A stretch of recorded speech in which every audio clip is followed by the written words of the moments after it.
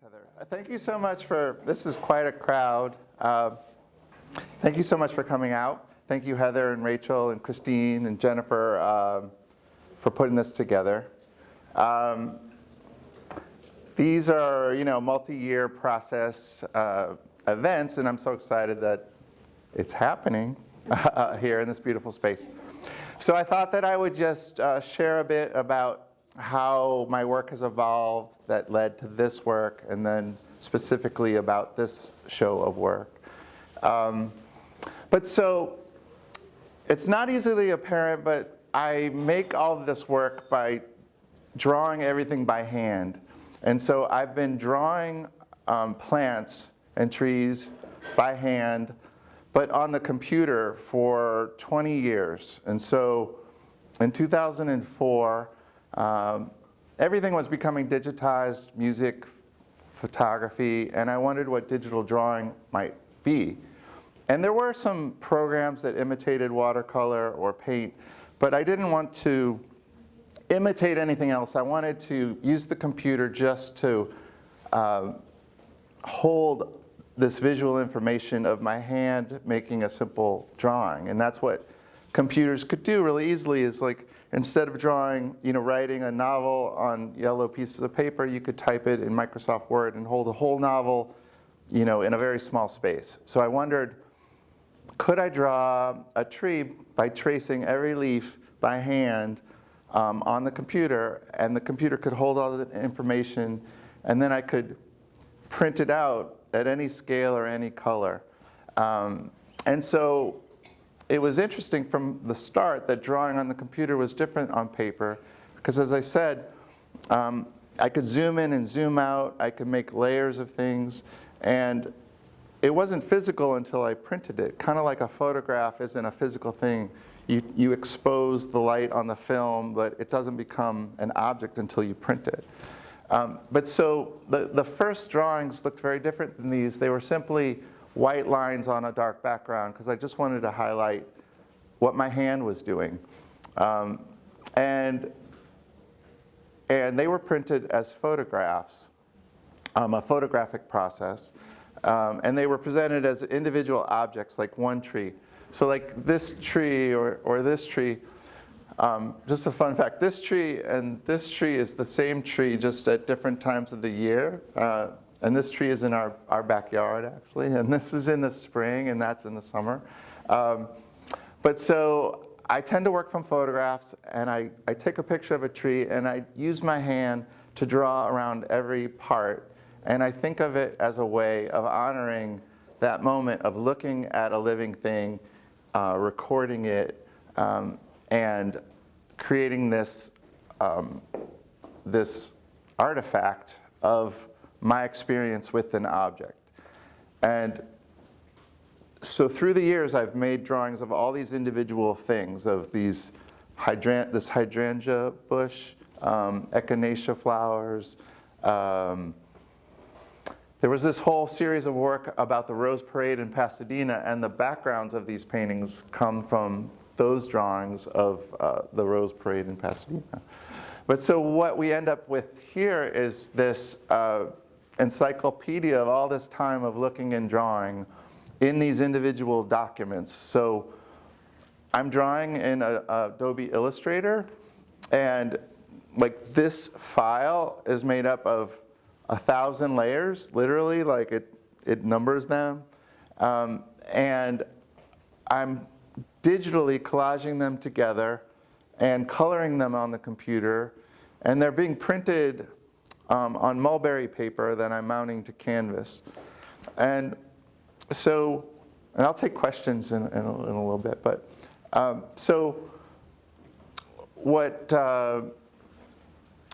at first started as the individual objects, I knew that I wanted to create a world out of all these individual things. And it wasn't until a show I had in 2020, which was the first show like this work, that I had this vision of the floating world. And floating world comes from this Japanese term called ukiyo.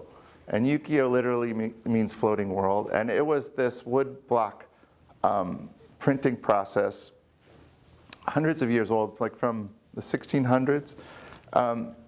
And the whole, I think a big point of this body of work in Japan was to create this world that's a part of our world, but also separate from our world.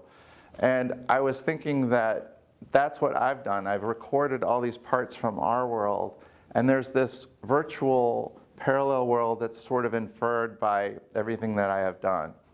That this can be, or that could be 20 years of looking and drawing, and there's this world that is conjured by what I have done. And what's exciting to me now is that the world is telling me what it wants to be. And so these figures came about because I was making all these intricate patterns, and I saw when people would look at my work, they would create this eclipse of all this complicated information. And the person becomes sort of the absence of the landscape. And so when I was putting this show together, I purposely wanted to have it mostly be this landscaped world, but it was occupied by someone. And who are these people? And about 3 or 4 years ago, I started to collect figures from all sorts of sources. So these portraits, these smaller portraits, are what I like about them is that they conflate people from present day, from art history, from Western culture, Eastern cultures, that I'm just collecting figures, and the paper becomes the common denominator of all of those different people and time. So in these examples, there are actually multiple portraits that are superimposed together, literally by gluing the paper, one portrait on top of the other, with the landscapes that make these as everything that they're not. And I like that the figures are animating these landscapes in this kind of non-linear time frame. It could be from any time or multiple times, like these two trees. I purposely want to make something that's ambiguous in terms of when it was made, who made it, and what it depicts. So that was a lot of information in a short period of time. Does anybody have a? I have a question. Yeah. Your work has changed a lot over the years. So do you see yourself in this space moving forward, or do you think it's going to be an evolution of kind of where you go on your journey? Yeah. So I say like I'm a late bloomer, and but it's interesting how every part has built upon the other part, and I heard that from a lot of people that I've made. I've worked as an artist kind of full-time for 20 years, and I tend to have had like a body of work every 3 or 4 years, and they vary widely. But like this Rose Parade work that I made, so I went to Pasadena and I took pictures of the floats, and so these background drawings are the patterns of those flowers. But instead of just printing them, I took acrylic paint and I dispensed it out of this thing I made that's kind of like a cake decorating bag. And I dispensed the paint over the pattern. And like these two panels have the same drawing, but they're mirror images of each other. You know, so this is like this and this is like that. And that was my idea, which a lot of my work is about what does it mean to be alive in the moment, like what is different about being alive now than in the past. And so there's a term called memento mori, which is a religious term. There was like still life painting was developed to remind the viewer that this too shall pass. This is temporary. And these Rose Parade paintings were my memento mori. Actually, the Rose Parade is on New Year's, and it is marking the end of the year, and it's made up of all these living things that will only last for the weekend. But so the idea is that I make this drawing, and then I can keep painting the same painting over and over again, and every time I draw the same flower again, it becomes this new flower. And so like even though these two flowers are the same flower, when I would convert it back into this handmade painted thing, it became a living thing again in a way. But so each body of work sort of taught me something, and but I really do think that instead of an artist who just starts sketching and develops a piece in a few months, it's taken me this long to develop what I've really wanted the work to be. And now what's most exciting is that it is informing me, like it is emerging just because I've combined so many different elements together. It is informing me. So like these rainbow portals, I was thinking, you know, what if instead of a figure is the opening, what if one of these botanical features is a hole? Or, so like this was a clump of grass that I ended up removing the detail of the grass and just using it as a shape. And the gradients kind of come from these Japanese prints too, as a means of coloring. You know, so like this piece has the same gradation of color in every part, but because each part is a different shape, it presents very differently. So I don't know if that answered your question. Yeah. You used a very interesting word, two words, virtual. You didn't say dimension, you said word or virtual. Virtual world? Word. And is there any, for your own personal journey, a kind of consciously or unconsciously a connection with the other dimension, what we call from all at religion stuff, Yeah. another dimension? Yeah, you know, I think I'm purposely attempting to, and that, you know, art is an odd endeavor in which I think of art as humans' fumbling way of imitating nature, of bringing things into the world, of creating life. Humans can't create life, but artists, I think, imitate bringing things into the world. I'm lucky enough to have my family here, and you know, having kids, you realize that you don't do that. You don't do that. You sort of get out of the way for that to happen in a way. And but I do like this idea that you know, and it ties into art, that there's this whole history, this whole trail of objects of human experience, and I love that you could look at something thousands of years old and there's not that much difference in human experience from that time. And I think that we emphasize, you know, how different everyone is and how different every culture is. And but I think that this humanness is a really interesting thing to explore. And I think as long as we're still, you know, about this far off the ground, 2 eyes, 2 ears, that we experience things in pretty much the same way as people did thousands of years ago.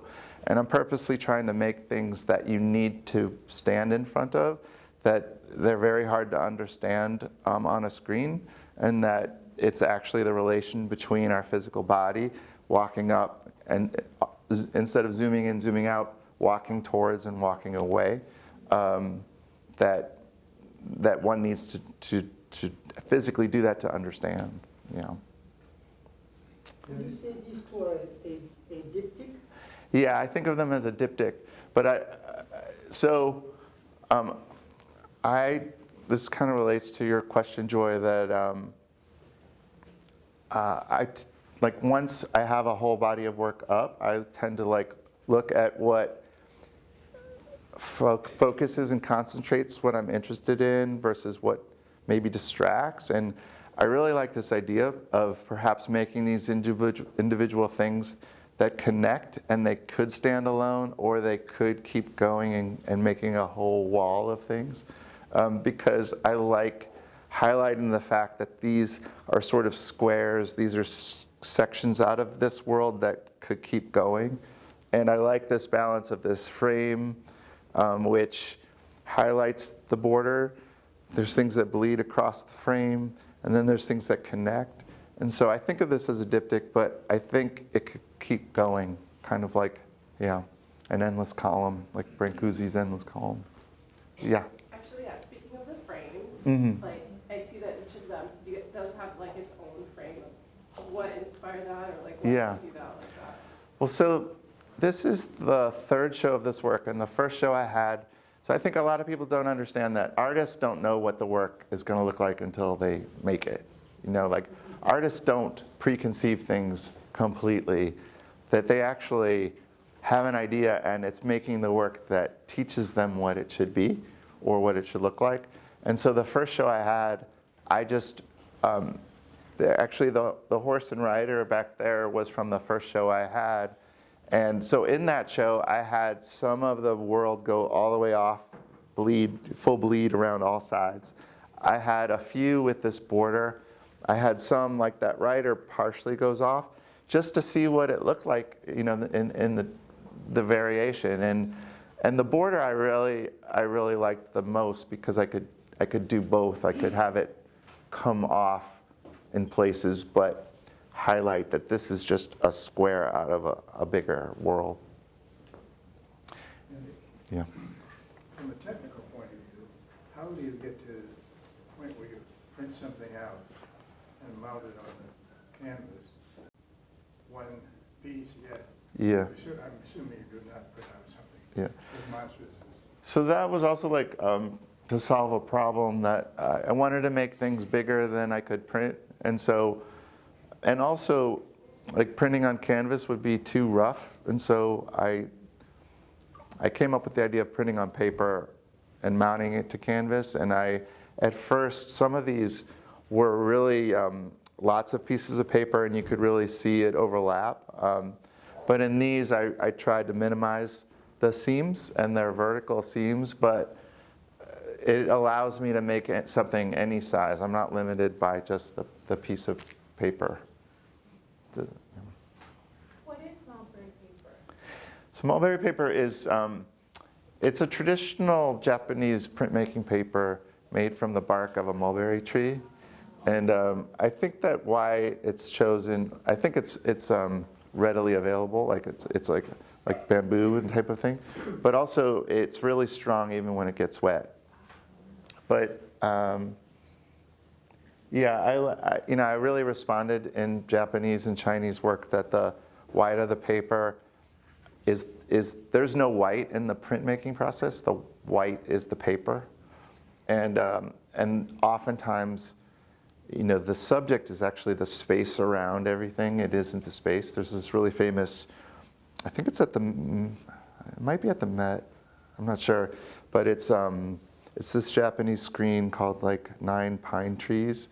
And really the subject is this mist that is enveloping all those pine trees and the mountain. And the mist is the paper, you know. And so that, you know, that's the idea here, is that the paper is the world. And these things are just in that world. But the paper is like the beginning and the end of all of these things. And so I wanted the paper to be very tangible and physical and made from plants, yeah, versus synthetic. Yeah. The other color choices? Yeah, so that the color also came, so initially it came from, my family and I went to Japan and I saw that in a lot of this Japanese work there's no light and shadow, and my work doesn't have light and shadow. A lot of the Japanese work, it was made by the density of information, that the light and the dark was created by the spare or density of information. And so I thought that I wanted to, so I took inspiration from those Japanese works, which were made out of like traditional pigments that have been around the longest. And color continues to evolve, and there's a lot of colors that weren't available then. This is just another aside, but there's this amazing book, I think his name is Harari, and it's called White, and it's about white space in Japanese sensibility. And he's talking about that they find these books on color, and that I think green wasn't even named, that green was considered part of blue. And just how our ideas and associations of color continue to evolve. But the first work was very muted, and then I tend to then say, well, what's the opposite of that? And I made things very vibrant, and this is like a mix. But I purposely wanted the color to be within the realm of things that could have been made at any time. So there's not like day glow colors and things like that. Yeah. Okay. I have a literal question. Yeah. So are they additions? Is it if they're from a file? Yeah. They're multiple, or do you do something a little different so that there isn't two times? Yeah, I don't addition them. Each one is unique, and I'm thinking of them.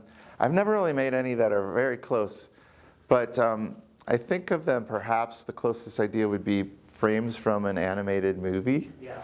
That like the same character might reappear, but they would be different. Like, yeah, there's no need for me to repeat the exact same thing, and that, and also though, there's a lot of like things that just, it's funny. It's not pressing print. Like it's like such an elaborate process to make it. Yes. No, that I can't often I wouldn't be able to reproduce it. Like so many serendipitous things happen.